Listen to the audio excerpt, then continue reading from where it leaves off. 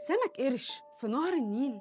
لو انت اتفرجت على فيلم اندر باريس مش هيجي في دماغك غير هاجس واحد. هل احنا ممكن نقوم من النوم فعلا نلاقي سمك قرش هرب من البحر المتوسط وعايش عندنا في نهر النيل؟ هل ممكن فعلا اسماك القرش تتأقلم مع المياه العذبة وتعيش فيها عادي؟ والله انا جاي النهارده عشان اقول لك خبرين، خبر حلو وخبر وحش. الخبر الحلو ان لا، اسماك القرش اللي بتعيش في المياه المالحه ما بتقدرش ان هي تعيش في المياه العذبه، لان جسمها ما بيقدرش انه يتكيف مع الملوحه القليله اللي موجوده في المياه العذبه. ولو حصل وسمكه قرش هربت من البحر للنهر، قله الملوحه هتقطع خلاياها وتعمل لها انتفاخ، وهيغرق القرش في قاع النهر. اما بقى الخبر الوحش اللي انا فعلا مش عايزه اقوله، ان في اسماك قرش اصلا عايشه في الانهار ومتكيفه مع الماء العذب. 5 انواع من اسماك القرش منذ مئات السنين قدرت ان هي تتكيف مع قلة الملوحة الموجودة في المياه العذبة. جسمها بيقدر انه يحتفظ بالملح ويعيد تدويره مرة أخرى. أول نوع معانا هو سبيرتوس شارك، نوع نادر من القروش بيعيش في المياه العذبة ويقدر يهرب يعيش في البحر.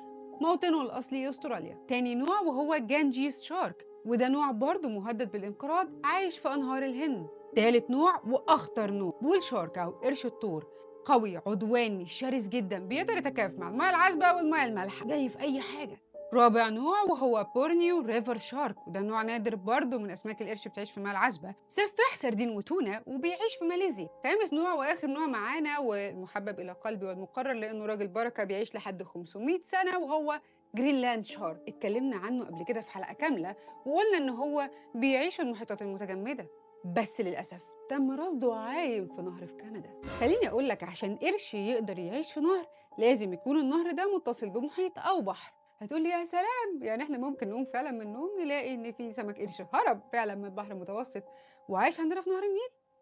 انت جاي تقولي كده؟ والله انا من رأيي ما تخافش من اسماك القرش اللي بتهرب من البحر للنهر، انت تخاف من التماسيح اللي قدرت دلوقتي تتأقلم وتتكيف مع الملوحة وبقت تهرب من النهر تروح البحر.